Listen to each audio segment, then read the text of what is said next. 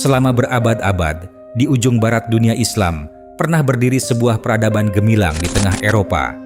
Di Cordoba, Seville, dan Granada, masjid berdiri dekat gereja dan sinagoga, perpustakaan penuh manuskrip, dan para ulama muslim mengembangkan matematika, kedokteran, dan filsafat yang kelak ikut menginspirasi Eropa.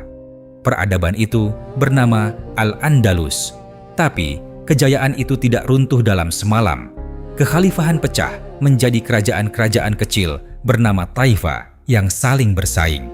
Sementara itu, kerajaan-kerajaan Kristen di utara justru bersatu dalam gerakan panjang yang dikenal sebagai Reconquista untuk merebut kembali semenanjung Iberia. Satu demi satu kota muslim jatuh. Toledo, Cordoba, lalu Seville. Yang tersisa hanyalah Granada, kerajaan kecil di selatan yang bertahan dengan membayar upeti dan memainkan diplomasi yang rumit. Granada menjadi sisa terakhir dari sebuah peradaban yang dulu menguasai hampir seluruh wilayah itu. Pada akhir abad ke-15, pasangan Raja Katolik Ferdinand dan Isabella memutuskan menutup bab itu sepenuhnya. Mereka mengepung Granada perlahan, memutus jalur pasokan hingga kota itu lemah dan kehabisan daya.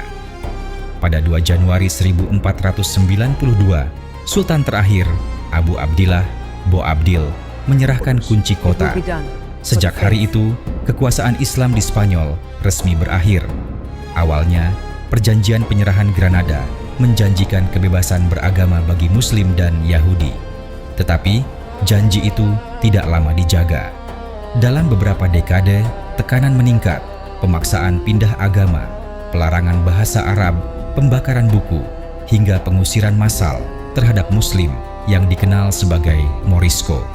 Runtuhnya Andalusia bukan hanya hilangnya wilayah, tetapi hilangnya sebuah model masyarakat di mana, meski tidak sempurna, ilmu dan dialog lintas agama pernah hidup berdampingan. Banyak ulama dan pedagang Muslim dan Yahudi pergi ke Afrika Utara dan dunia Islam lain, membawa ilmu dan keterampilan mereka. Namun, jejak itu belum benar-benar hilang.